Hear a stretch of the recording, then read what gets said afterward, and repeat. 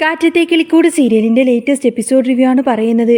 അങ്ങനെ നിധിയും കൂട്ടി സുധീഷ് ഒരു ഇൻ്റർവ്യൂ അറ്റൻഡ് ചെയ്യാൻ വേണ്ടി പോവാണ്. പോകുന്ന സമയത്ത് തന്നെ സുധീഷ് ഒന്നും സംസാരിക്കുന്നില്ല. കാറിൽ കയറിയിട്ട് സാധാരണ സുധീഷ് വാതോരാതെ ഇങ്ങനെ വർത്തമാനം പറഞ്ഞുകൊണ്ടിരിക്കുന്ന ആളായിരുന്നല്ലോ. പക്ഷേ നിധിയോടൊപ്പോൾ ഒരക്ഷരം പോലും തന്നെ മിണ്ടുന്നില്ല. കുറച്ച് സമയം കഴിഞ്ഞപ്പോൾ സഹി കെട്ടിക്കൊണ്ട് തന്നെ നിധി ചോദിച്ചു, എന്താ എന്താ സുധീഷേ, എന്തു പറ്റി? സുധീഷ് എന്താ ഇങ്ങനെ മിണ്ടാതിരിക്കുന്നത്? ഏയ് ഒന്നുമില്ലെന്ന് സുധീഷ് പറഞ്ഞു. അല്ല, എന്തോ കാര്യമുണ്ട്, അല്ലെങ്കിൽ ഇങ്ങനെ ചളവള വർത്താനം പറഞ്ഞുകൊണ്ടിരിക്കുന്ന ആളല്ലേ, ഇപ്പം എന്തു പറ്റിയെന്ന് നിധി വീണ്ടും ചോദിച്ചു. ഓ, ഞാനെന്ത് പറയാനാ, ഞാൻ എന്തെങ്കിലും പറഞ്ഞിട്ടുണ്ടെങ്കിൽ പിന്നെ നിങ്ങൾക്കാർക്കും അത് ഇഷ്ടപ്പെടില്ലല്ലോ എന്നായി സുധീഷ്. അല്ല, അങ്ങനെയല്ല, എപ്പോഴും സംസാരിച്ചുകൊണ്ടിരിക്കുന്ന ഒരാൾ പെട്ടെന്ന് മിണ്ടാതെ വരുമ്പോൾ ആർക്കായാലും ഒരു ബുദ്ധിമുട്ട് തോന്നും, ചില സംശയങ്ങളൊക്കെ തോന്നും. ഇനി എന്തെങ്കിലും കാരണമുണ്ടായിട്ടാണോ എന്ന് പേടിച്ചുകൊണ്ട് ചോദിച്ചതാണ് എന്ന് നിധി പറഞ്ഞു. ആ സമയത്ത് സുധീഷ് നിധിയൊന്ന് നോക്കുക മാത്രമേ ചെയ്തുള്ളൂ. പിന്നെ ഒന്നും മിണ്ടിയില്ല. അപ്പോഴേക്കും നിധി ആലോചിച്ചു, എന്തു പറ്റി സുധീഷിന്? ഇങ്ങനെയൊന്നും അല്ലല്ലോ പുള്ളി.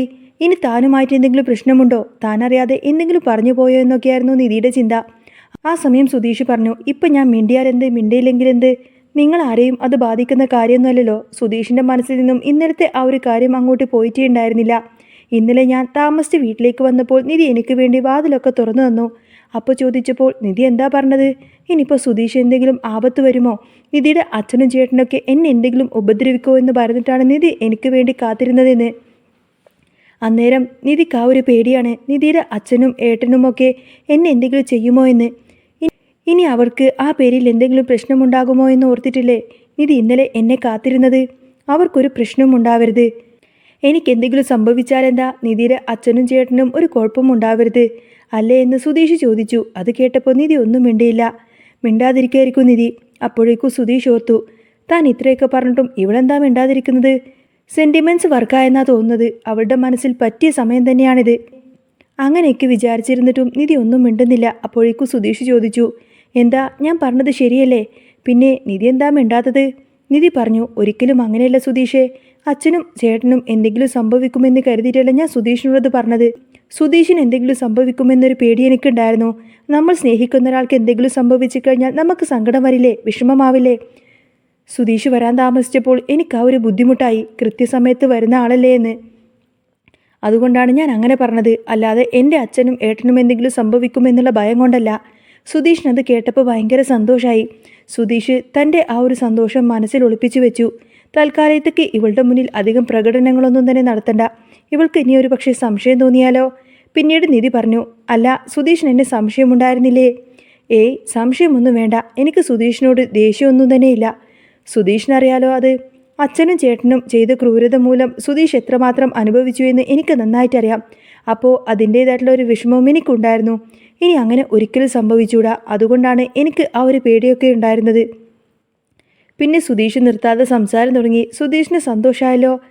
അങ്ങനെ ഇൻ്റർവ്യൂ നടക്കുന്ന കമ്പനിയുടെ അവിടെ ചെന്നിറങ്ങിയപ്പോൾ സുധീഷിനോട് ഞാൻ വരാമെന്ന് പറഞ്ഞു. ഏയ് വേണ്ട, സുധീഷ് ഇവിടെ ഇരുന്നാൽ മതി, ഞാൻ പോയി ഇൻ്റർവ്യൂ അറ്റൻഡ് ചെയ്തിട്ട് വരാമെന്നൊക്കെ പറഞ്ഞ് നിധി അവിടെ ഇങ്ങോട്ട് കയറി ചെന്നു. അവിടെ കയറി ചെന്നപ്പോൾ റിസപ്ഷനിൽ ഇരുന്ന പെൺകുട്ടിയോട് പറഞ്ഞു, ഇൻ്റർവ്യൂ അറ്റൻഡ് ചെയ്യാൻ വന്നതാണ് എന്ന്. അപ്പോയിൻമെൻറ്റ് ലെറ്റർ ഉണ്ടോ എന്ന് ആ കുട്ടി ചോദിച്ചപ്പോൾ, അപ്പോയിൻമെൻറ്റ് ലെറ്ററോ? ഏയ്, അങ്ങനെ ഒരു ലെറ്ററൊന്നും കിട്ടിയിട്ടില്ല. രാവിലെ 10 മണിയാകുമ്പോൾ ഇവിടെ വരാനാണ് പറഞ്ഞത് എന്ന് നിധി പറഞ്ഞു. അത് കേട്ടപ്പോൾ ആ പെൺകുട്ടി ചിരിച്ചുകൊണ്ട് പറഞ്ഞു, അതെ, ഞാൻ വെറുതെ പറഞ്ഞതാ, അപ്പോയിൻമെൻറ്റ് ലെറ്ററൊന്നും ഇവിടെ ഇല്ല. ഞാൻ പോയി സാറിനോട് ചോദിച്ചിട്ട് വരാമെന്ന് പറഞ്ഞ് അകത്തേക്ക് കയറിപ്പോയി. ഇത്തിരി സമയം കഴിഞ്ഞപ്പോൾ ആ പെൺകുട്ടി വന്ന് അകത്തേക്ക് കയറി ചെല്ലാൻ പറഞ്ഞു. അങ്ങനെ നിധി ഭയങ്കര ടെൻഷനോട് കൂടിയായിരിക്കും ആ ഒരു മുറിയിലേക്ക് കയറി പോകുന്നത്. കാരണം ഇതിനു മുൻപ് ചെന്നിടത്തൊക്കെ ചറപ്പറ ചോദ്യങ്ങളും ഭയങ്കര പ്രകടനമൊക്കെ ആയിരുന്നല്ലോ. അപ്പോൾ അതുപോലെ തന്നെയായിരിക്കും ഇവിടെ എന്നൊക്കെ ചിന്തിച്ചുകൊണ്ടായിരിക്കും നിധി കയറി ചെല്ലുന്നത്. അങ്ങനെ ചെന്നിരുന്ന് കഴിഞ്ഞപ്പോഴേക്കും അവിടുത്തെ കമ്പനിയുടെ മാനേജർ ചോദിച്ചു, നിധിയല്ലേ? നിധി എന്നല്ലേ പേര്? അതെ അതെ സർ എന്ന് നിധി പറഞ്ഞു. സർ എന്നൊന്നും എന്നെ വിളിക്കണ്ട, ഞാനും നിധിയെപ്പോലെ തന്നെ ഒരാളാണ്. പുതുതായി തുടങ്ങിയ കമ്പനിയാണ്, ഞാനും എൻ്റെ ഫ്രണ്ടും കൂടി തുടങ്ങിയതായത്. അതുകൊണ്ട് അങ്ങനെ വിളിക്കേണ്ട കാര്യമൊന്നുമില്ല എന്ന് അദ്ദേഹം പറഞ്ഞു. അത് കേട്ടപ്പോൾ നിധി അത്ഭുതത്തോടു കൂടി തന്നെ അയാളെ നോക്കുകയാണ്. പിന്നീട് നിധിയുടെ സർട്ടിഫിക്കറ്റൊക്കെ കാണിക്കാൻ പറഞ്ഞു. നിധി അതൊക്കെ കാണിച്ചു കൊടുത്തു. അതൊക്കെ നോക്കിക്കൊണ്ട് ചോദിച്ചു, ഓഹോ, ഗോൾഡ് മെഡലിസ്റ്റ് ആണല്ലേ? അതെ എന്ന് നിധി പറഞ്ഞു. ആ, കൊള്ളാമല്ലോ. സർട്ടിഫിക്കറ്റൊക്കെ നോക്കിക്കൊണ്ട് പുള്ളിക്കാരൻ നിധിയിൽ നല്ലൊരു മതിപ്പ് തോന്നി. പിന്നീട് നിധിയോട് പറഞ്ഞു, ഈ കമ്പനിയിൽ വലിയ റൂൾസ് ആൻഡ് റെഗുലേഷൻസ് ഒന്നുമില്ല. കാരണം നമ്മൾ എല്ലാവരും കൂടിയിട്ട് ഒരു കമ്പനിയെ മുന്നോട്ട് നയിക്കുകയാണ്. അന്നേരം എല്ലാവരും ആത്മാർത്ഥമായിട്ട് തന്നെ ജോലി ചെയ്യണം. അങ്ങനെ ചെയ്താൽ അതിൻ്റേതായിട്ട് ഗുണം നമ്മുടെ കമ്പനിക്കും അത് നിങ്ങൾക്കും ഉണ്ടാവുമെന്ന് പറഞ്ഞു. കാര്യങ്ങളൊക്കെ സംസാരിക്കുമ്പോഴും നിധിക്ക് സംശയമായി, തനിക്കിവിടെ ജോലി കിട്ടുമോ ഇല്ലയോ എന്ന്. ഒടുവിൽ മാനേജർ പറഞ്ഞു, അതെ, അങ്ങനെയാണെങ്കിൽ അധികം വൈകാതെ തന്നെ നിധി വന്ന് ജോയിൻ ചെയ്തോളാൻ പറയും. അല്ല സാറേ, അപ്പോൾ ഇൻ്റർവ്യൂ കഴിഞ്ഞല്ലോ എന്ന് അദ്ദേഹം പറഞ്ഞു. അല്ല, ചോദ്യങ്ങളൊന്നും. ചോദ്യങ്ങളാ? എന്ത് ചോദ്യങ്ങൾ ചോദിക്കണം? നിധി ഫ്രഷ് അല്ലേ? അതുപോലെ തന്നെ ഞാനും ഫ്രഷാണ്. ഞങ്ങൾ ഈ കമ്പനി തുടങ്ങിയിട്ട് അധികമൊന്നും ആയിട്ടില്ല. പിന്നെ എന്ത് ചോദ്യം ചോദിക്കാനാണ്? ചോദ്യത്തിനൊന്നും കാര്യവുമില്ല നിധി. നമ്മൾ ചെയ്യുന്ന വർക്കിലാണ് കാര്യം. ഇവിടുത്തെ പ്രോജക്റ്റൊക്കെ നല്ല രീതിയിൽ ചെയ്യുക. അല്ലാതെ ഞാൻ കുറച്ച് ചോദ്യങ്ങൾ ചോദിച്ച് നീ അതിന് ഉത്തരം പറഞ്ഞു എന്നതിലൊന്നും വലിയ കാര്യമുള്ളതായിട്ടൊന്നും എനിക്ക് തോന്നുന്നില്ല എന്ന് അദ്ദേഹം പറഞ്ഞു. എന്നാ സാറേ, ഞാൻ എപ്പോഴാണ് ജോയിൻ ചെയ്യേണ്ടത് എന്ന് ചോദിക്കുകയാണ് നിധി. അതിൻ്റെ കാര്യങ്ങളൊക്കെ ഞാൻ മെയിൽ ചെയ്തേക്കാമെന്ന് പറഞ്ഞു. ശരിയെന്ന് പറഞ്ഞ നിധി സന്തോഷത്തോടു കൂടി തന്നെ അവിടെ നിന്നും ഇറങ്ങി വരികയാണ്. നിധി വന്നപ്പോൾ സുധീഷ് കാറിലിരുന്ന് ഉറങ്ങായിരിക്കും. കാരണം സാധാരണഗതിയിൽ നിധി ഇൻ്റർവ്യൂവിന് പോയിട്ട് ലേറ്റ് ആയിട്ടല്ലേ വരാറുള്ളൂ. നിധി കാറിനകത്തേക്ക് കയറി. അവിടെ ഭഗവാന്റെ ചെറിയൊരു വിഗ്രഹം വെച്ചിട്ടുണ്ടായിരുന്നു. അതിലേക്ക് നോക്കി തൊഴുത് പ്രാർത്ഥിക്കുകയാണ് നിധി കാറിനകത്തേക്ക് കയറി. അവിടെ ഒരു ഭഗവാന്റെ ചെറിയൊരു വിഗ്രഹം വെച്ചിട്ടുണ്ടായിരുന്നു. അതിലേക്ക് നോക്കിയിട്ട് തൊഴുത് പ്രാർത്ഥിച്ചിരിക്കുകയാണ്. പെട്ടെന്ന് സുധീഷ് കണ്ണു തുറന്നു നോക്കിയപ്പോൾ നിധിയുടെ കണ്ണൊക്കെ നിറഞ്ഞു വരുന്നത് കണ്ടു. സുധീഷ് നിധിയൊന്ന് തോണ്ടി നോക്കിയിട്ട് എന്താ എന്ന് ചോദിച്ചു. ഒന്നുമില്ല, കണ്ണടച്ചിരുന്ന് പ്രാർത്ഥിക്കുകയായിരുന്നു എന്ന് നിധി പറഞ്ഞു. അല്ല, ഇതെപ്പോഴാ വന്നത്? ഇത്ര പെട്ടെന്ന് ഇൻ്റർവ്യൂ ഒക്കെ കഴിഞ്ഞോ എന്ന് സുധീഷ് ചോദിച്ചു. കഴിഞ്ഞു. അതെ, സന്തോഷ വാർത്തയുണ്ട്, എനിക്ക് ജോലി കിട്ടിയെന്ന് നിധി പറഞ്ഞു. ജോലി കിട്ടിയോ? അതേന്ന് നിധി. സുധീഷിന് ഭയങ്കര സന്തോഷമായി. കൺഗ്രാറ്റ്സ് ഒക്കെ പറയുന്നുണ്ട്. തിരികെ പോരുന്ന സമയത്തിന് നിധി പറഞ്ഞു, എൻ്റെ ഏറ്റവും വലിയ ആഗ്രഹമായിരുന്നു എനിക്കൊരു ജോലി എന്നത്. ഇത്ര പെട്ടെന്ന് തന്നെ കിട്ടുമെന്ന് ഞാൻ പ്രതീക്ഷിച്ചിരുന്നില്ല. വലിയ പ്രശ്നങ്ങളൊന്നും ഉണ്ടായിരുന്നില്ലെന്ന് പറയും. അന്നേരം സുധീഷ് ചോദിച്ചു, ജോലി കിട്ടി, ശരി, എത്ര രൂപയാണ് സാലറി എന്ന് ചോദിച്ചു. ഒരു മാസം 20,000 രൂപയുണ്ട് എന്ന് നിധി പറഞ്ഞു. 20,000 രൂപയോ? അമ്പരപ്പോടു കൂടി തന്നെ സുധീഷ് നിധിയോട് ചോദിച്ചു. എന്നിട്ട് ചോദിക്കുന്നുണ്ട്, അല്ല നിധി, പഠിക്കാൻ വേണ്ടി എത്ര ലക്ഷം രൂപ മുടക്കി? ഒരു 10-15 ലക്ഷം അല്ലെങ്കിൽ 20 ലക്ഷം മുടക്കിയല്ലേ? അതെന്താ സുധീഷേ അങ്ങനെ ചോദിച്ചത് എന്ന് നിധി ചോദിച്ചു. അല്ല, അത്രയും രൂപ മുടക്കിയിട്ട് 20,000 രൂപയാണോ മാസം കിട്ടുന്നത്? ഇതിനേക്കാൾ കൂടുതൽ ഞാൻ സമ്പാദിക്കുന്നുണ്ടല്ലോ ഒരു മാസം. ഇനിയിപ്പോൾ ഒരു ഈഗോ പ്രശ്നം വരില്ലല്ലോ നമ്മൾക്കിടയിൽ എന്ന് സുധീഷ് പറഞ്ഞു. ഈഗോയോ? അതെ, എന്നേക്കാളും കൂടുതൽ നീ സമ്പാദിക്കുന്നുണ്ട് എന്ന ചിന്ത നിധിക്കുണ്ടാകില്ലല്ലോ. കാരണം ഞാൻ നിന്നേക്കാൾ കൂടുതൽ ഉണ്ടാക്കുന്നുണ്ടല്ലോ എന്ന് സുധീഷ് തമാശ രൂപേണ പറഞ്ഞു. അന്നേരം നിധി പറഞ്ഞു, അതെ, ഞാൻ ഫ്രഷറല്ലേ. പുതുതായിട്ട് കയറിയവർക്കൊക്കെ ഇത്രയൊക്കെ തന്നെ കിട്ടുകയുള്ളൂ. ആദ്യമായിട്ടല്ലേ ഞാൻ ജോലിക്ക് കയറുന്നത്. എല്ലാ കമ്പനികളും ഇങ്ങനെ ആദ്യം 20,000 രൂപയ്ക്ക് കിട്ടത്തുള്ളൂ. അപ്പോഴേക്കും സുധീഷ് പറഞ്ഞു, ഞാൻ കരുതിയത് ഒരു 2 ലക്ഷം രൂപയെങ്കിലും കിട്ടുമെന്നാണ്. അത്രയോ എന്ന് നിധി ചോദിച്ചു. അതെ, ഒന്നുമില്ലെങ്കിലും നീ ഒരു എഞ്ചിനീയർ അല്ലേ, അപ്പോൾ അത്രയൊക്കെ തുക കിട്ടുമെന്ന് കരുതിയതാണ് ഞാൻ. നിധി പറഞ്ഞു, അത്രക്കൊന്നും കിട്ടില്ല. ആദ്യമായിട്ട് കയറുമ്പോൾ അത്രയൊന്നും കിട്ടാറുമില്ല. പിന്നെ ഞാൻ കയറിയിരിക്കുന്ന കമ്പനി ഒരു ചെറിയ കമ്പനിയാണ്. കമ്പനി വളർന്നു വരുമ്പോൾ സാലറി കൂടുമെന്നൊക്കെ പറഞ്ഞു. നിധിയുടെ മുഖം അങ്ങ് വല്ലാതായിട്ടുണ്ടായിരുന്നു. പിന്നീട് പോരുന്ന വഴിക്ക് നിധി മിണ്ടാതിരിക്കുമ്പോൾ സുധീഷ് പറഞ്ഞു, അയ്യോ, ഞാൻ വെറുതെ പറഞ്ഞതാ കേട്ടോ, ഈ ശമ്പളത്തെക്കുറിച്ചൊക്കെ. അതിലൊക്കെ എന്തിരിക്കുന്നു? ഇനിയിപ്പോൾ കുറച്ച് കഴിഞ്ഞാൽ നിധിക്ക് സാലറി കൂട്ടിക്കിട്ടില്ലേ? സാലറി കൂടുമെന്ന് നിധിയും പറഞ്ഞു. സുധീഷിനപ്പോഴും ഈ സാലറിയൊക്കെ തന്നെയായിരിക്കും. പക്ഷേ എനിക്ക് 1-2 വർഷം കഴിയുമ്പോൾ സാലറി കൂടുമെന്ന് നിധി പറഞ്ഞു. ദൈവമേ, ഇവളുടെ മനസ്സിൽ അത് ശരിക്കും കൊള്ളുന്നുണ്ടല്ലോ എന്നൊക്കെയായിരുന്നു സുധീഷിൻ്റെ ചിന്ത. ഇതേ സമയം നീതു വർക്ക്ഷോപ്പിലേക്ക് ഹരീഷിനെ കാണാനായി വന്നു. നീതു വരുന്നത് കണ്ടപ്പോൾ തന്നെ ഹരീഷ് ചന്തുവിനോട് പറയുന്നുണ്ട്, എടാ ചന്തു, ഞാൻ പോയി ഒരു ചായ കുടിച്ചിട്ട് വരാമെന്ന്. ഇതെന്താ ഹരീഷേട്ടാ എപ്പോഴും ഒരു ചായ കുടി? ഈ വണ്ടി കുറച്ച് കഴിയുമ്പോൾ കൊടുക്കേണ്ടതാണ്. അവർ പ്രത്യേകം പറഞ്ഞിട്ടുണ്ട്. അത് പറഞ്ഞിട്ടാണ് പോയത്. ഹരീഷ് പറയുന്നുണ്ട്, അതൊക്കെ ഞാൻ നോക്കിക്കോളാമെന്ന്. ഹരീഷേട്ടൻ ഇപ്പോൾ ചായ കുടിക്കാൻ പോകേണ്ട, ഞാൻ വേണമെങ്കിൽ ചായ വാങ്ങിച്ചുകൊണ്ട് വരാമെന്ന് ചന്തു പറഞ്ഞു. വേണ്ട, ഞാൻ തന്നെ പോയി കുടിച്ചോളാമെന്ന് ഹരീഷ് പറയാണ്. അപ്പോഴാണ് നീതു അങ്ങോട്ടേക്ക് വരുന്നത്. ഓഹോ, അപ്പോൾ അതാണ് കാര്യം. ഇവളെ ഫേസ് ചെയ്യാൻ ബുദ്ധിമുട്ടുള്ളത് കൊണ്ട് നൈസായിട്ട് മുങ്ങാനുള്ള പരിപാടിയാണ്. ഇപ്പോഴാണ് എനിക്ക് കാര്യം മനസ്സിലായതെന്ന് ചന്തു ചിന്തിച്ചു. മനസ്സിലായി ഹരീഷേട്ടാ, എനിക്ക് കാര്യങ്ങളൊക്കെ മനസ്സിലായി എന്ന് ചന്തു പറഞ്ഞു. നീതു അങ്ങോട്ടേക്ക് വന്ന് ഹരീഷിനെ ഒന്ന് തുറപ്പിച്ചു നോക്കി. ഹരീഷ് മൈൻഡ് ചെയ്യാതിരിക്കാണ്. അപ്പോഴേക്കും ചന്തു പറഞ്ഞു, പുള്ളി ചായ കുടിക്കാൻ പോവാനിറങ്ങിയതാണെന്ന്. ആണോ എന്ന് പറഞ്ഞിട്ട് നീതു തൻ്റെ ബാഗിൽ നിന്നും ഒരു ബിസ്ക്കറ്റ് പാക്കറ്റ് എടുത്തു. എന്നിട്ട് ഹരീഷിന് കൊടുത്തു. ഹരീഷ് അത് വാങ്ങിച്ചതില്ല. ഹരീഷ് അതിലേക്ക് തന്നെ ഇങ്ങനെ നോക്കുകയാണ്. ആ സമയത്തിന് നീതു ചോദിച്ചു, എന്താ ഹരീഷേ ഞാൻ വിളിച്ചിട്ട് ഫോൺ എടുക്കാത്തത് എന്ന്. ഞാൻ എന്തിനു ഫോൺ എടുക്കണം? ഫോൺ എടുത്തു കഴിഞ്ഞാൽ നിൻ്റെ വായിലിരിക്കുന്ന ചീത്ത മുഴുവൻ ഞാൻ കേൾക്കണമല്ലോ.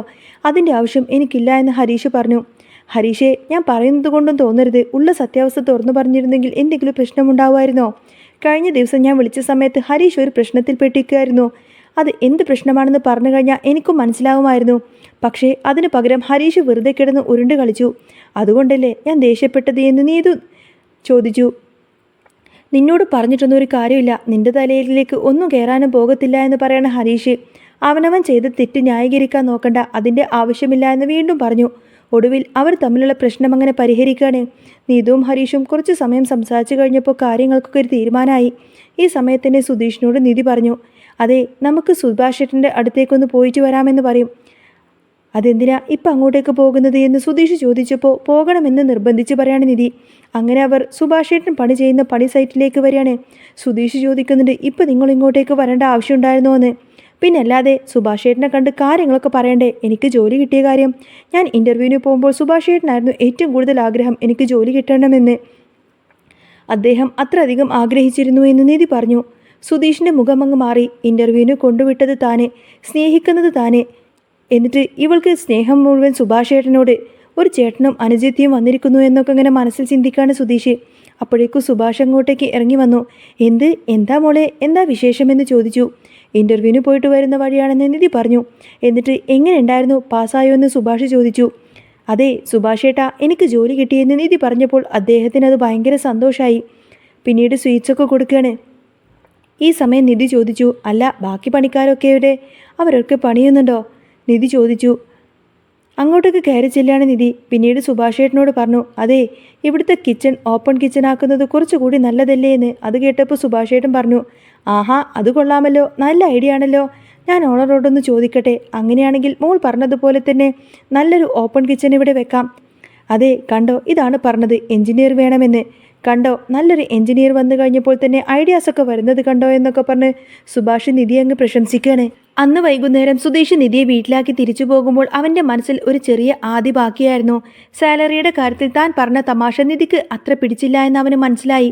എന്നാൽ നിധി ആവട്ടെ തൻ്റെ ആദ്യത്തെ ശമ്പളമായ 20,000 രൂപ എങ്ങനെ ചെലവാക്കണമെന്ന വലിയ പ്ലാനിങ്ങിലായിരുന്നു. അച്ഛനൊരു മുണ്ടും ഷർട്ടും വാങ്ങിച്ചു കൊടുക്കണം, പിന്നെ സുധീഷിന് എന്തെങ്കിലും സ്പെഷ്യലായിട്ട് വാങ്ങിക്കണം. അടുത്ത തിങ്കളാഴ്ച അവർ പുതിയ ഓഫീസിൽ ജോയിൻ ചെയ്തു. സുഭാഷേട്ടൻ പറഞ്ഞതുപോലെ തന്നെ ഒരു പക്ക പ്രൊഫഷണൽ എഞ്ചിനീയറുടെ ഗൗരവമൊന്നും തന്നെ അവിടെ കണ്ടില്ല. എല്ലാവരും ഒരു കുടുംബം പോലെയായിരുന്നു. മാസങ്ങൾ അങ്ങനെ കടന്നുപോയി. നിധിയുടെ ഡിസൈനുകൾ കമ്പനിക്ക് വലിയ ലാഭമുണ്ടാക്കി കൊടുത്തു.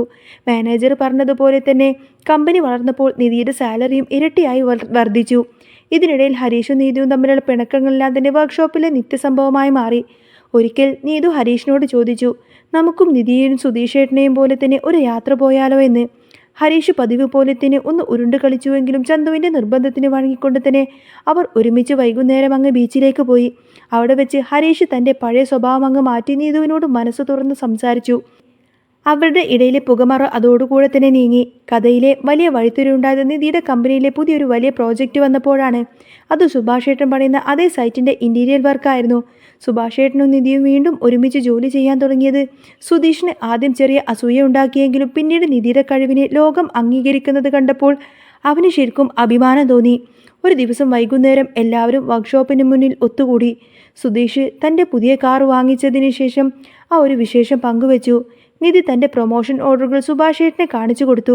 ജീവിതത്തിലെ ചെറിയ പിണക്കങ്ങളും സംശയങ്ങളും സ്നേഹത്തിനു മുന്നിൽ വഴിമാറുന്ന ആ കാഴ്ച കണ്ടുകൊണ്ട് ചന്തു തൻ്റെ ചായക്കപ്പുമായി പുഞ്ചിരിച്ചു നിന്നു. കാത്തിരുന്ന നിധിയും സുധീഷും ഒടുവിൽ തങ്ങളുടെ സ്വപ്നത്തിലേക്ക് ഒരുമിച്ച് ചുവടുവെക്കുകയായിരുന്നു. അങ്ങനെ കാറ്റത്തെ കിളിക്കൂടിൽ ഇനി വരാൻ പോകുന്ന നല്ല സൂപ്പർ അടിപൊളി ത്രില്ലിംഗ് എപ്പിസോഡുകളൊക്കെ തന്നെയാണ് കേട്ടോ. നിങ്ങൾക്ക് ഈ ഒരു ചാനൽ ഇഷ്ടമാവുകയാണെങ്കിൽ സബ്സ്ക്രൈബ് ചെയ്യാനും സപ്പോർട്ട് ചെയ്യാനും മറക്കല്ലേ. നെക്സ്റ്റ് വീഡിയോ ഉടനെ വരാം. ബൈ.